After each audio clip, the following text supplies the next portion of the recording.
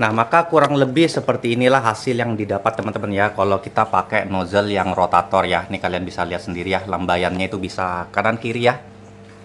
Dan itu memang berbeda dengan hasil kemarin ya, eksperimen kita yang pertama ini.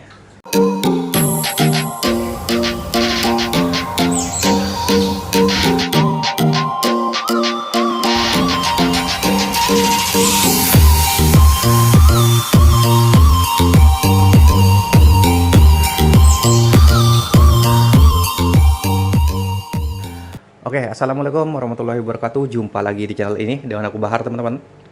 Nah, untuk video kali ini di sini aku mau nge-share ya atau nge-review ya hasil daripada nozzle rotator ya atau nozzle pembuat gelombang teman-teman ya yang aku buat sendiri secara DIY ya. Ya, setelah kemarin itu melalui beberapa tahap eksperimen teman-teman ya, akhirnya setelah eksperimen keempat ini alhamdulillah untuk hasilnya sudah dapat sesuai dengan yang aku inginkan teman-teman. Nah, untuk tampilan daripada bentuk nozzle rotator yang aku buat sendiri secara DIY itu bentuknya kurang lebih seperti ini teman-teman ya.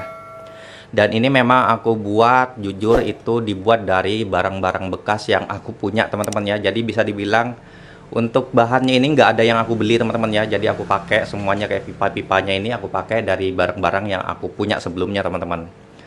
Dan memang kalau untuk nozzle rotator ini kan sebenarnya ini bukan hal yang baru teman-teman ya. Memang sudah banyak yang pakai, bahkan yang pabrikan atau yang 3D print itu juga sudah banyak yang jual teman-teman ya. Cuman kalau aku sendiri di sini aku lebih milih bikin DIY karena memang lebih murah ketimbang harus beli teman-teman.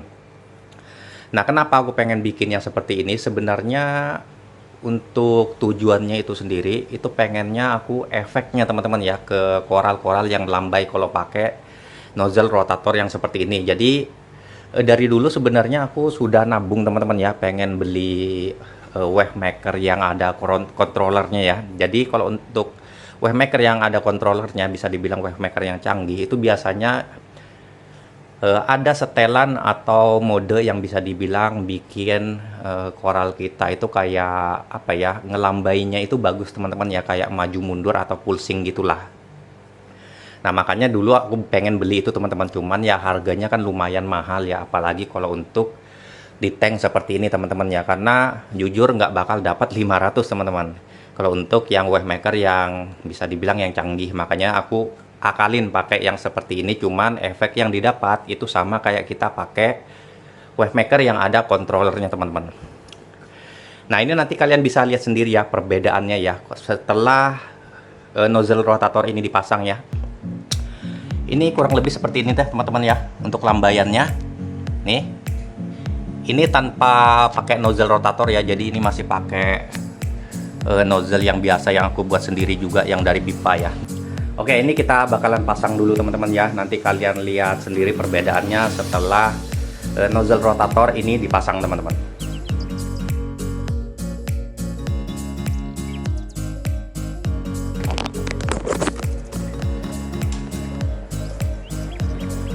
Nah, maka kurang lebih seperti inilah hasil yang didapat teman-teman ya kalau kita pakai nozzle yang rotator ya. Ini kalian bisa lihat sendiri ya, lambaiannya itu bisa kanan kiri ya. Dan itu memang berbeda dengan hasil kemarin ya, eksperimen kita yang pertama ini, yang di belakang ini ya. Ini masih eksperimen pertama teman-teman, jadi yang di video sebelumnya itu lambaiannya itu masih kurang apa ya, kurang enak masih ya dilihat, masih belum terlalu jelas. Nah, setelah melalui beberapa eksperimen ya, eksperimen keempat akhirnya baru dapat teman-teman ya untuk setelannya atau hasil yang aku mau ya.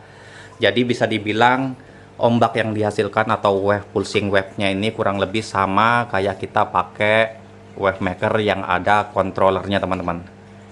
Nah, kemudian kalau untuk penempatannya, nah untuk penempatan nozzle rotator ini sebenarnya ada dua teman-teman ya, bisa di agak ke bawahin, agak tenggelam atau agak ke atas seperti ini teman-teman.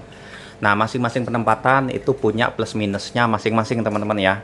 Kalau aku kan pakai yang agak ke atas tuh. Nah, misalnya aku untuk penempatannya itu aku agak tenggelamin ya, karena kemarin sudah pernah aku coba. Nah, hasil yang didapat teman-teman ya jujur lambaiannya tidak sebagus ini teman-teman, kayak kurang gitu. Nah, itu aku nggak tahu, mungkin efek daripada pompanya yang memang agak kecil teman-teman, karena memang kalau untuk pompa yang aku pakai kan itu cuma 3000 lph ya.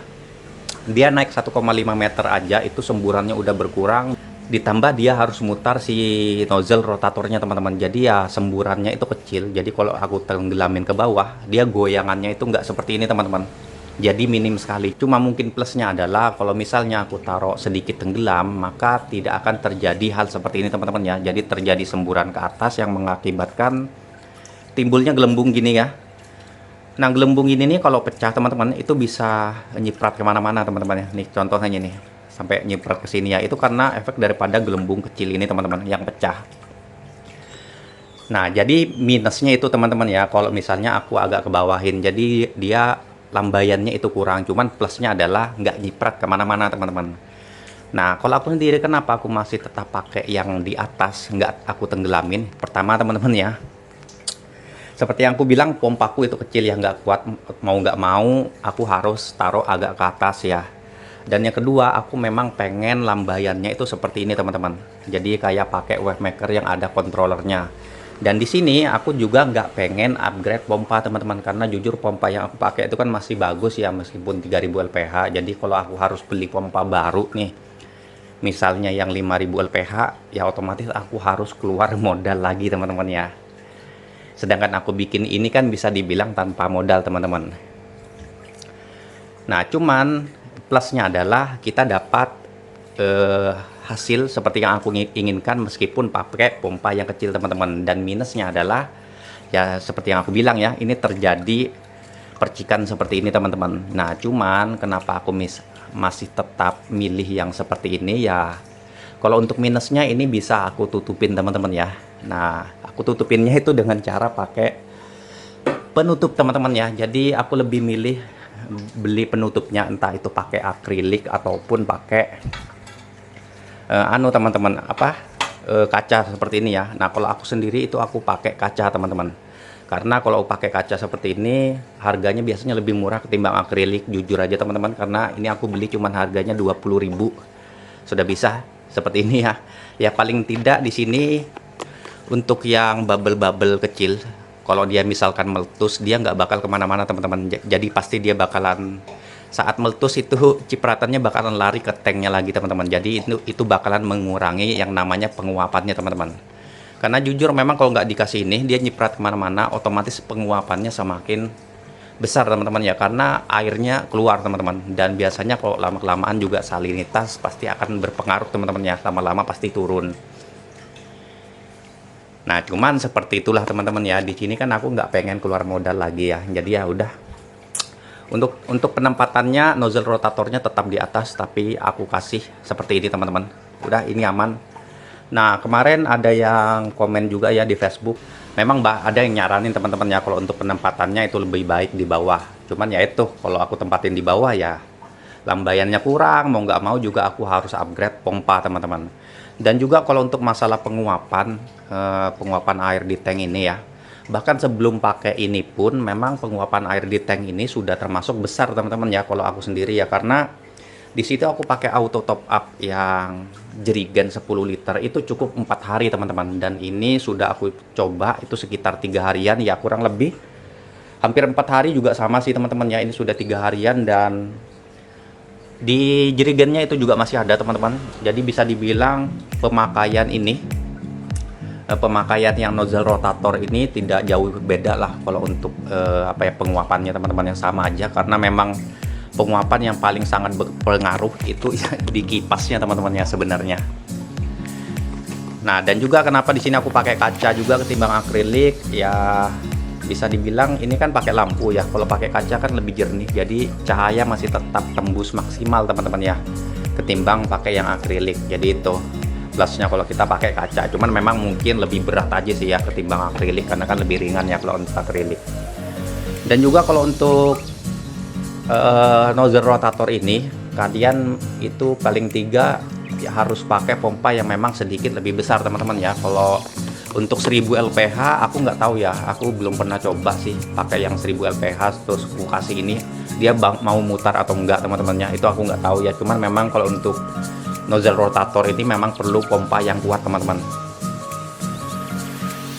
Dan misalnya pompanya pun nggak kuat ya, biasanya yang terjadi adalah nanti mutarnya dia lambat banget teman-teman ya.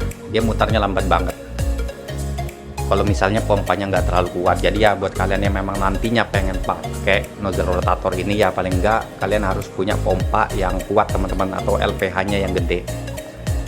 Nah jadi itulah teman-teman ya. Ini adalah hasilnya teman-teman ya. Saya bisa gerak kanan kiri ya, gerak semua ya, ketimbang percobaan atau eksperimen kita yang pertama kemarin ya. Dan ini sampai bawah-bawah teman-teman ya, karena memang yang bikin dia bergerak itu gelombang yang terjadi di atas ini teman-teman. Jadi memang semakin banyak gelombangnya, maka efek ke koral yang di bawah itu bahkan semakin lebih bergoyang teman-teman. Nah kalau menurut kalian gimana teman-teman nih, kalau siapa tahu kalian ada saran atau masukan mengenai nozzle rotator yang aku buat secara DIY ya, kalian boleh komen aja teman-teman di bawah. Cuman nanti memang kalau untuk proses atau tutorial cara membuatnya nanti pasti bakalan aku share teman-teman ya. Cuman mungkin nggak minggu-minggu ini ya, karena memang aku agak sibuk teman-teman. Karena kan kalau harus bikin video kan harus detail juga ya, biar kalian juga bisa dibilang mudah mengerti ya, dan gampang cara buatnya teman-teman ya. Ya seperti yang lalu-lalu lah cara buat protein skimmer segala teman-teman ya. Cuman ini nanti pasti akan aku share kok. Oke, seperti biasa, jika kalian suka dengan video ini, jangan lupa untuk di like teman-teman ya, dan jangan lupa juga untuk di subscribe ya, biar kalian tidak ketinggalan saat aku upload video terbaru teman-teman ya, mengenai cara pembuatan daripada nozzle rotator ini teman-teman. Oke, kayaknya itu aja untuk video kali ini. Untuk lebih dan kurangnya aku mohon maaf. Wassalamualaikum warahmatullahi wabarakatuh, dan sampai jumpa di video-video selanjutnya teman-teman ya.